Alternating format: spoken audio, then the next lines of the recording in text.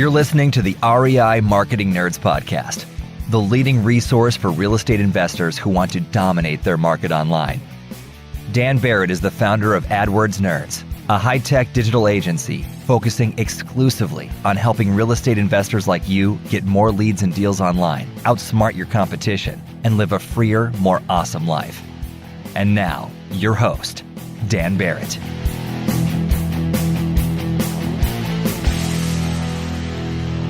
All right, everybody, welcome to this week's REI Marketing Nerds podcast. As always, this is Daniel Barrett here from AdWordsNerds.com. How are you? Wonderful people. I feel like I just went into my radio voice. It is a delightfully warm day here in Connecticut, which means it's 50 degrees. Thinking about going to the beach later. Who knows? And this week, I'm very happy to have you with me. This week, I'm talking to Todd Stelnick. Now, this is a really, really fascinating conversation. First of all, Todd is out in LA, one of the most competitive markets in the United States, a market that is very, very difficult to make headway in.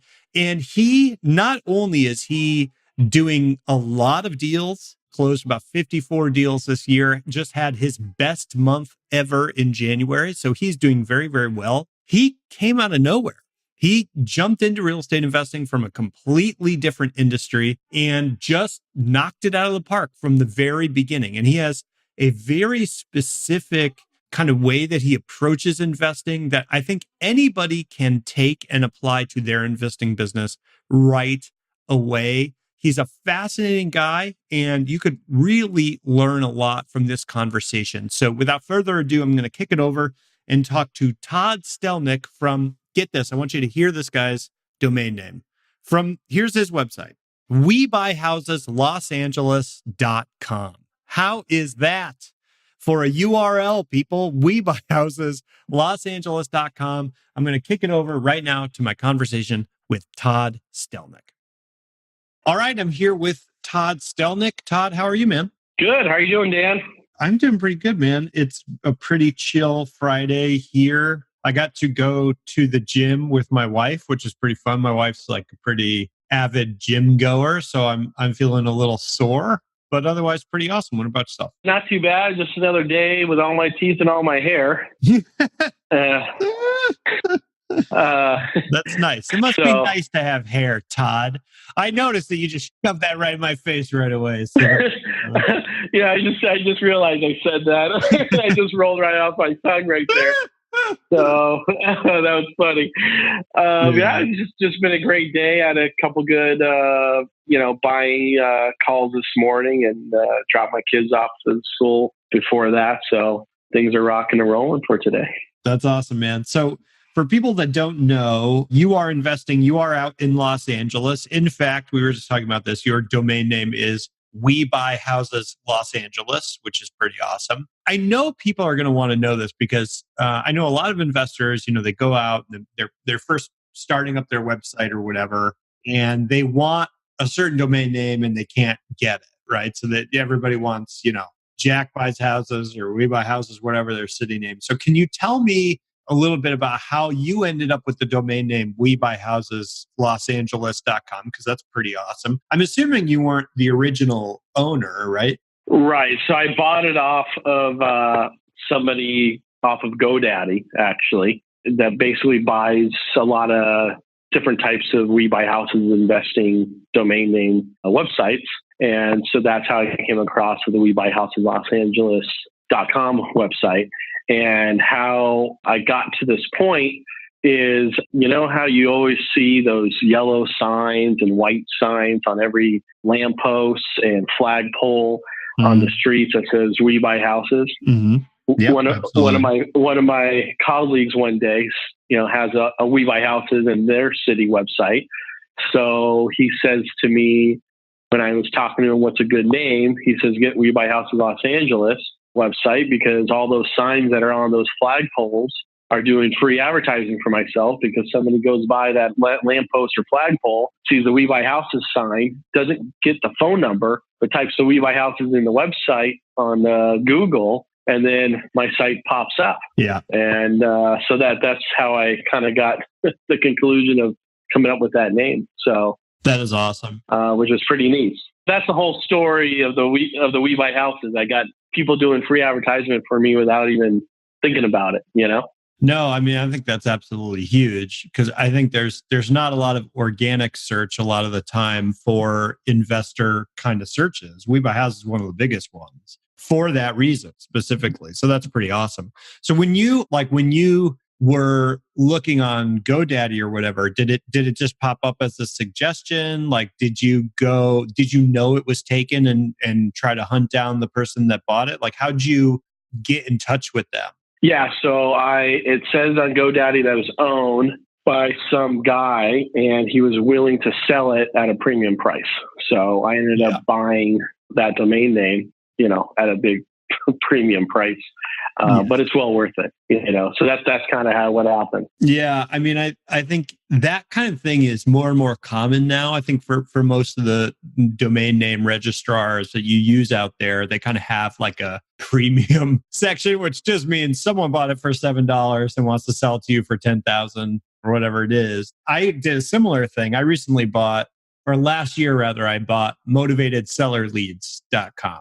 And it was kind of the same thing where I just went to go look to see if it was taken. It was, there's like, hey, you know, there's a premium version. And the company that, you know, did that, they were like, hey, we'll even put you on a payment plan. So it was like $50 a month for however long it was. And, you know, for me at the moment, it was worth it. So I think for people out there that are wanting to buy that sweet domain name with your city name in it or whatever it is, you know, don't give up. If you think it's really worth it to you, there are some options out there. So, okay, so you're out in Los Angeles. You are an investor. Tell me a little bit about how did you first find out about real estate investing? Was this something that you've been doing forever? Or is this something that's relatively new for you? Like, how did you break into the world of real estate investing? Right. So my wife is Stephanie Stelnick. Law office is Stephanie Stelnick. So she is a real estate attorney here in Los Angeles. And so it actually started off with her. She owns her own business, owns her own company. And she started to acquire and get clients that are in this space. So as she, you know, was getting clients and after cases would be settling and done, then, you know, she would talk with me like, this case was awesome. They evicted this guy, bought this house deep. They flipped it. They sold it, made $100,000. So I started getting intrigued by all these stories that she was sharing with me after she, you know, closed their case, and I had to jump right into it. I had to tell my wife, I got to try this out. I got to do it. So I literally, without no hesitation, got my site, you know, got things going, started doing, you know, direct mail like everybody else did. Then also moved as well to the internet space, and I started getting leads just like everybody else. And as soon as I started getting leads, then I started to buy houses. She set me up with my own LLC. She set me up with my purchase contracts, my assignment contracts. So I can start off wholesaling houses before I can coop up some money so I can start to put in some money to actually flip houses. And so I was wholesaling houses for maybe a good 10 months, a year before I started to flip houses, you know, and buy and hold my own houses for rent and the whole 9 yards. And so I just blew up instantly. Last year I did 54 deals, which is pretty big, I think, in the Los Angeles area because my competition is really high up there, you know, and the prices for these houses are outrageous. You know, we're not talking about $15,000, $20,000 purchases. We're talking about an average purchase around $300 to $450. Okay. Yeah. So, you know, so I can't flip everything. So that's why I still wholesale houses to other investors that can buy homes. But that's kind of how I started in a nutshell, was through her, just hearing some stories. And I just fell in love with it. I used to be an insurance broker, and I just totally stopped, and I couldn't do anything less than real estate. I couldn't stop thinking about it. I love buying homes. I love, you know, selling this piece of paper for $25,000. I mean, it was just amazing, this ride that I've continued on, you know, and now I'm linked up with AdWords nerds, trying to really do SEO on my site because I got a great domain name and I believe in it. And the SEO is a long strategy, but eventually it's going to catch fire, and I'm going to start getting leads and driving down my marketing costs. Yeah. My marketing cost out here is, $30,000 a month, whereas in somebody in the East Coast may be paying $3,000 to $5,000 a month or something. Yeah. Well, yeah, there's a lot to unpack there that I'm really curious about. Like, kind of going back to that beginning, you kind of making the decision and just saying, like, I've got to jump in and do this, right? Like, how did you even know how to get started? Do you have any kind of background in real estate? Was it purely like your wife was giving you the background? Did you go with a coach? Like, how did you even figure out how this stuff works? So basically, one of her investors took me under their wing and kind of helped me out in coaching. And it wasn't really the fact of, it was a guy that I can just go to and say, hey, I have this deal. What do you think? Just reinsuring myself. So I had a little bit of a mentor, and he also helped me out in learning how to get other investors so I can wholesale houses too. And he basically says, you get the house, I can help you out in wholesaling the house. And then I was able to form contacts and then jump on phones and make 100 million calls a day just to try to get more investors. So I had a book of clients that I can sell these homes to. Yeah. So at the end of the day, my marketing cost was just the only cost I had in the game. I didn't have to pay any other risk factor besides spending money to get leads. And as long as I got leads, I was able to buy. And my ratio is pretty crazy compared to what others can do. Every 6 leads, I buy a home. So wow, hold on. I mean, that is wild. That's a really low number. So why is it so low? 'Cause I would say, like, for average, right? I'm mostly talking about online leads here, but even online leads, it's about 1 out of 20 as a national average. So why is yours so low? Correct. Yeah. So like out here in LA, a lot of investors, the average is 1 out of, that's funny you said 1 out of 20. The average is 1 every 18 leads out here. Yeah. From all my colleagues. And they know, and they always try calling me up and having me try to help them out and coach them and stuff like that. But they know my ratio is every 6 leads that I get it equals to a buy, So it's just low because I really don't know. Actually, I either A, I get lucky and get the right leads driving into my pocket, or B, people just trust me. People believe what I tell them. I start and I get a really good rapport on that very first call, that very first initiative. When I talk to that person and set an appointment, I break the ice very well. They trust me. They believe that what I'm buying their house for makes sense. And I don't have any hidden games. I tell people exactly how I buy a house. And I tell people, I go through all the steps. Here's my cost for realtor fees and closing costs when I resell it. Here's my cost for repairs and remodeling costs. And then here's what I'm paying for my time. And then this is why I'm buying the house for this amount of money from you. And I think people like that. I think a lot of people in this game feel like if they tell them what their costs are and how much they're getting paid, that it blows the whole deal. I've found the opposite. As long as I'm up front and telling them where they're losing out on money, they're only looking at it as, okay, they're only losing out on maybe $30,000 or $40,000 because that's going into my pocket for putting this all together for them. They're not really losing out on the realtor fees and closing costs because they would have lost anyways. And they're not losing out on repairs and remodeling costs because they would have had to pay that anyways to get that high sell of a house on their high sell price on their house. Right. So I think it works opposite. People are afraid to just tell the truth. And the more you tell the people the truth and be honest, the more they trust you and the more likely you're going to buy and acquire that home and put it under contract. Are you an investor who wants to dominate your local market? Do you want more leads and deals online? Then download your copy of the Motivated Seller Blueprint, absolutely free, at www.adwordsnerds.com/gift. What are you waiting for? Go to www.adwordsnerds.com/gift right now to get your copy of the Motivated Seller Blueprint. I mean, you think about what the average motivated seller is feeling in the moment that they are reaching out to an investor. Like their guard is already up. They're already suspicious, right? Like they are suspicious from the first moment. And so I think you're absolutely right that like when part of that is not transparent, their immediate thought is, well, this guy or woman is ripping me off, right? That's what they're going to assume. Correct. And I think if you spell it out and say, no, like this is why I price it this way. It's not like a number I pulled out of a hat.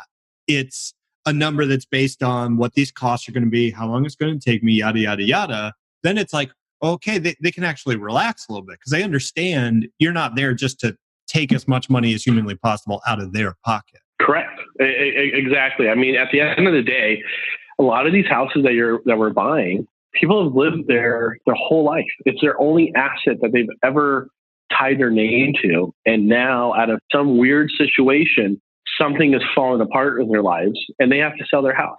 They have to sell their house fast because they're in a financial problem. They got to sell a house because it was inherited and the house is just totally needs to be a fixer-upper. So they just rather sell it as is condition on the market. And they obviously can't sell it on the MLS. And so it's like, this is like their only asset that these people have, the money in their hands. And it's a huge decision on how they're going to make the decision on selling this house in order to gain much money in their pocket. And so as long as I can convince them and tell them, the truth on how I'm coming to a number, then they feel much better with the transaction of selling their house and they can sleep on their pillow at the end of the day, at the end of the night. Yeah, I think it's funny. Like I've actually talked about this before on this show, but I think a lot of people think of investing as this very objective, very numbers driven kind of transaction. And it is, right? You got to know your margin, you got to know your costs, you got to know the market. But so much of it is emotional intelligence when it comes down to it, right? And understanding like this weird situation that you're in with this other person.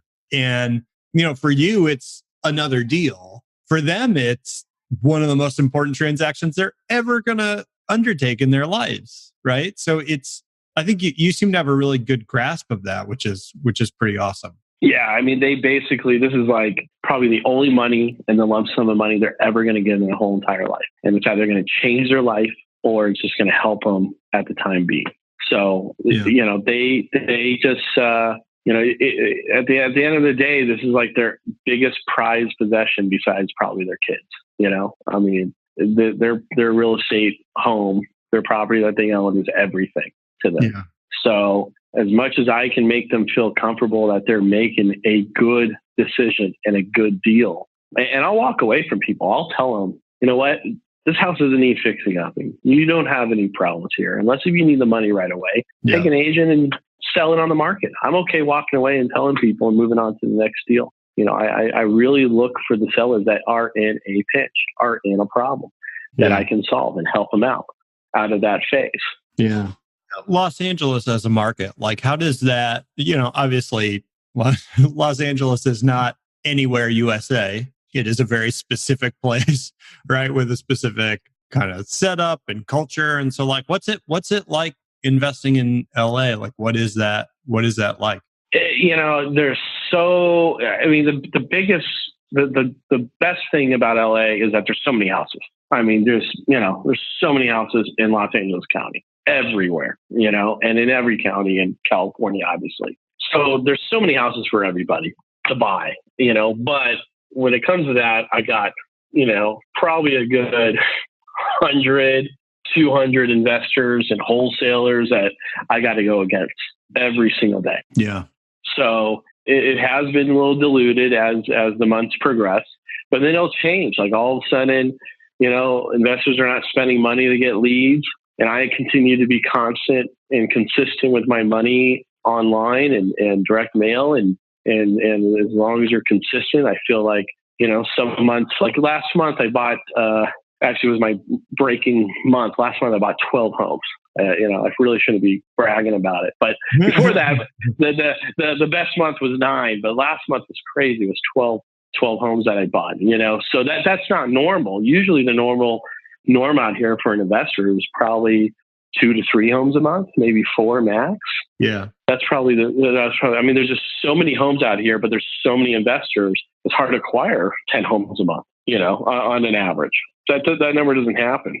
I'm usually acquiring anywhere from 4 to 6, but 12 was a crazy number. It seemed like every single appointment I went on, everybody was like, yes, I'll sell you my home. Yes, I'll sell you my home. Right. So it just was, I was just rolling with it. This month of February, I bought 3 homes so far, so go figure, Yeah. Well, and I know you mentioned consistency, right? So does the amount of marketing that you're doing go up and down? Like if if you're closing 12 homes, are you like, oh, I have to back off? Or do you keep it pretty much the same every single month? I try to keep it the same every single month. Every single month, I try to keep it the same. I continue. Although the only thing I have changed is obviously invested with you guys. That was an add-on. So I didn't take away from what I'm doing. Right. I just added what you guys are charging me to do the SEO so I can add that piece to my equation. Right. But that's it. I mean, the biggest thing is consistently market every month. And, some months you might be 1 home, 10 homes, 3 homes, 4 homes. At the end of the year, you should collectively, hopefully average the same amount of homes if you consistently pay for the same amount of leads. Yeah. I think that's absolutely huge. I mean, I don't want to, I want to take a minute and kind of think about that, because I think the tendency, right, is when things are kind of slow, people ramp up their marketing a lot. When they get busy, they tend to pull it back.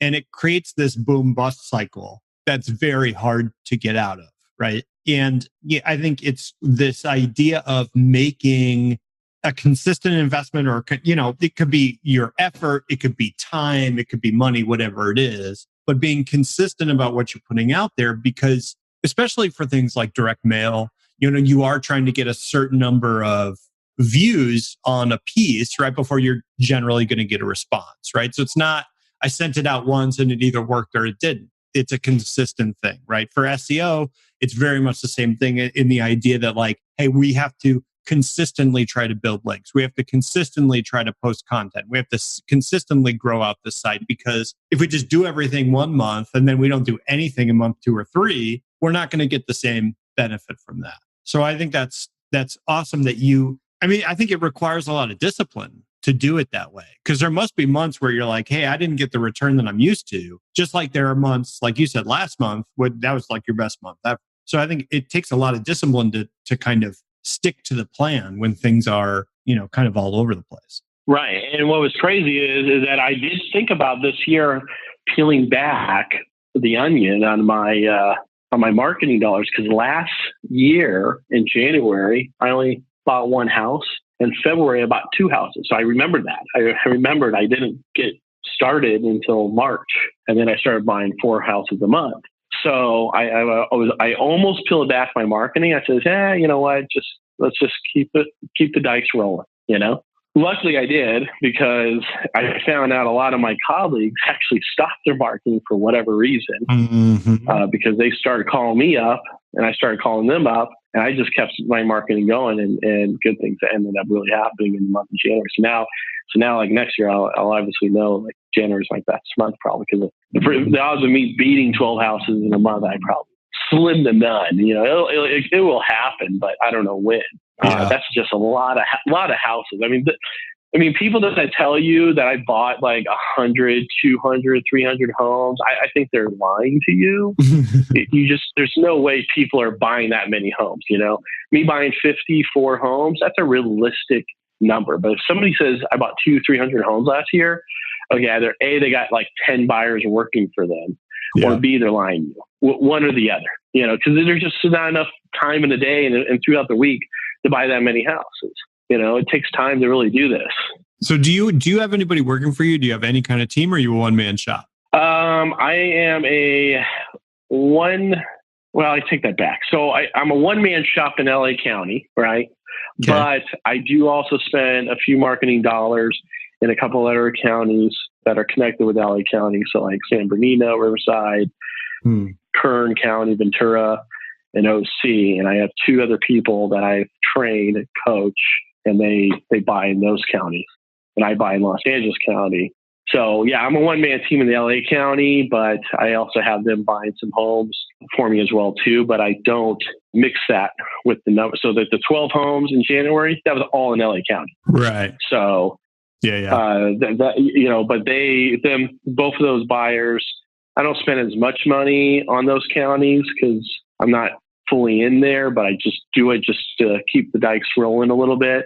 Yeah. And each of them bought two each. So they were successful as well too, so. And do you have like a goal of hiring people, or are you just like, hey, I actually like what I'm doing? So, I think a lot of investors are like, they kind of get into it with this idea of like, yeah, I'm flipping homes, I'm making money, whatever it is. But, they also have this idea that like, well, it's going to be hands off. I'm going to automate it. I'm going to outsource it. I'm not going to have to actually do it. Right. So is that part of your kind of trajectory, or are you happy actually doing the actual work of investing in the properties? Yeah.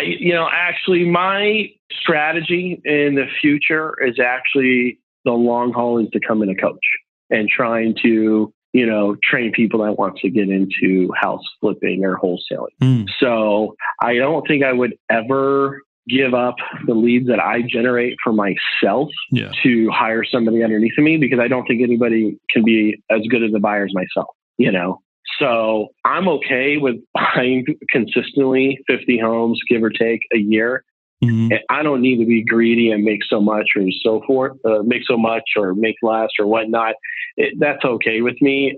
A lot of people like to, like you said, streamline it, hire buyers, have a whole, disposition team and an acquisition team, and they kind of build it all up. I feel like if I did that, I probably would make the same amount of money, because you put in so much marketing dollars to cater to all these acquisition people and these disposition people. Okay, so if I bought 200 homes, but I got to pay 10 guys, I'm probably making the same amount of money buying 50 homes. Yeah. And a lot less risk because I know that I'm the buyer. I know what I'm saying out to people, and I don't know what other buyers are saying out to other people. I only got 2 buyers that are working for me, and they don't, get as many leads as I get, but they talk with me, and I think that's just enough. I feel like if I just go crazy and have 10, 12, 15 buyers, you got to pay those people. So at the end of the day, could I make more? I just don't know. I have talked to people that have built it that way, and they have like numerous amount of headaches, So my avenue, because a lot of people ask me like, hey, Todd, how do you buy all these homes? And you're just a single guy doing this, a single investor.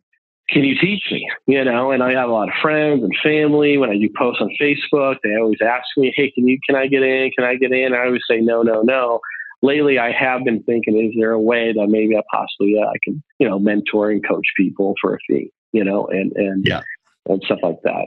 Yeah. It'd be an interesting way of doing it because it would pull me away from what I'm doing, but who knows? I mean, maybe it would work. Maybe it wouldn't work. I've been kicking the tires back and forth.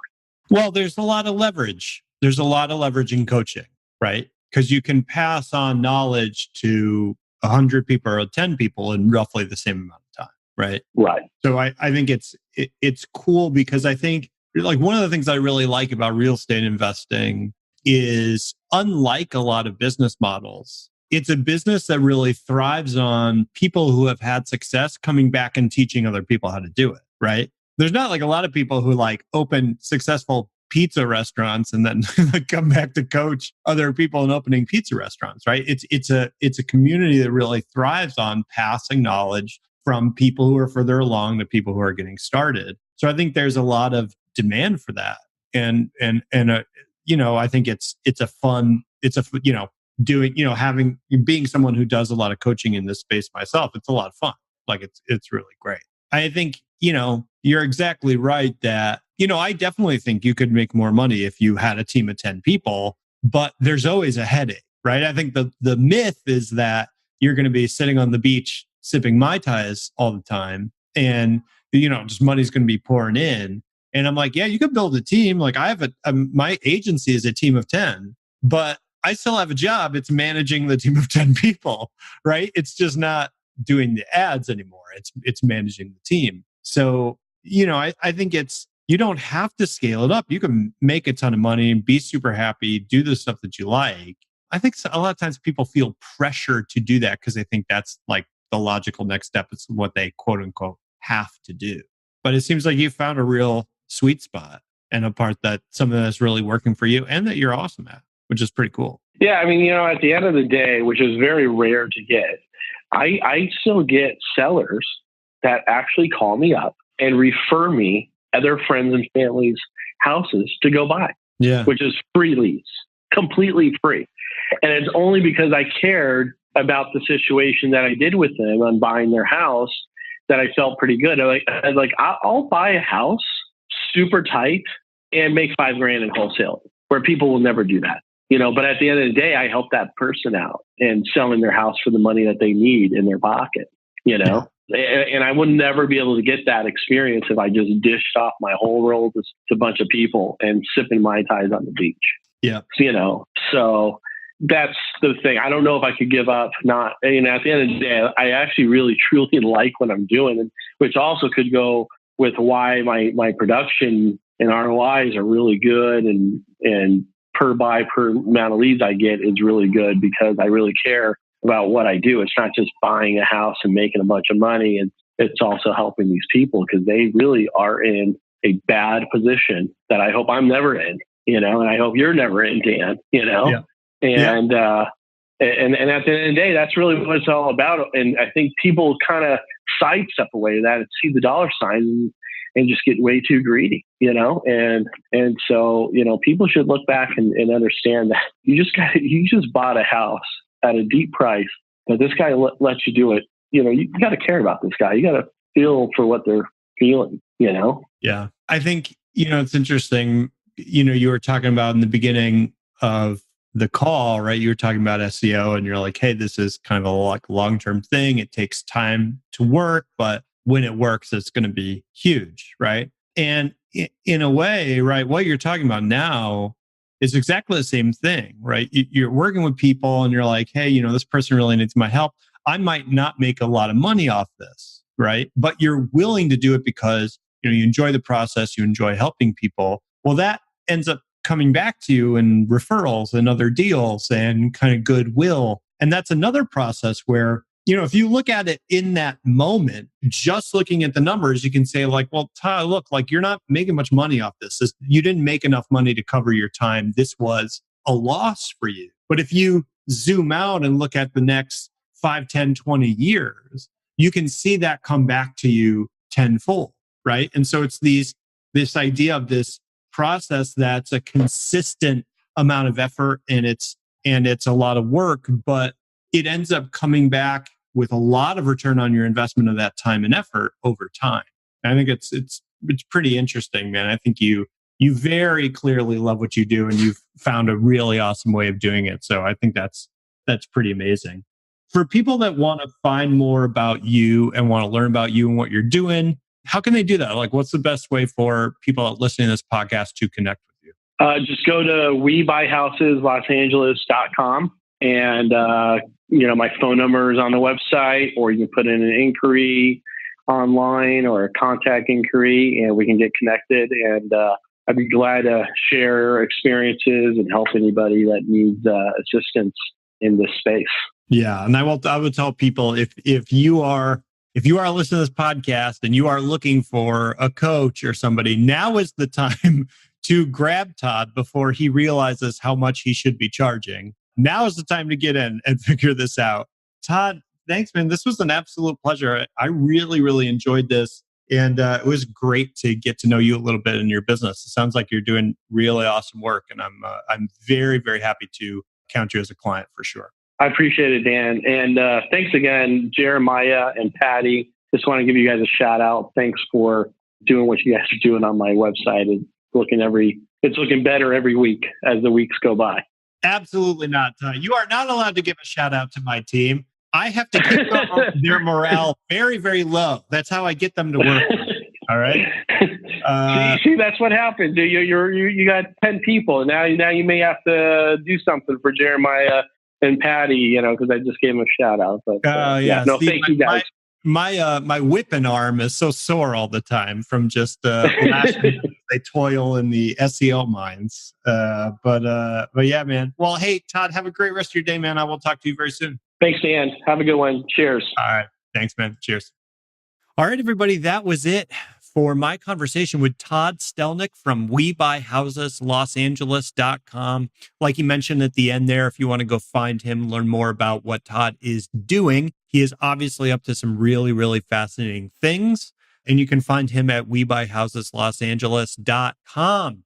As always, guys, if you are not in our Facebook group, it is free and it is awesome. I am posting high-level training in there every single week. And you can find that at AdWordsNerds.com/group. That's AdWordsNerds.com/group. And just in general, if you want to find more information about me, about the show, you can find the show notes for this week's episode and more at AdWordsNerds.com. Just click on the blog or podcast, link a doodle, whatever you want to call it. You'll find all sorts of stuff there. I'm posting a lot of content there at the site. So it's a great place to come and get more information about growing your online marketing for motivated sellers. As always, guys, this is Daniel Barrett signing off. I will see you next week. Go out there, have an awesome rest of your work week, close a bunch of deals, and I'll talk to you soon. Cheers.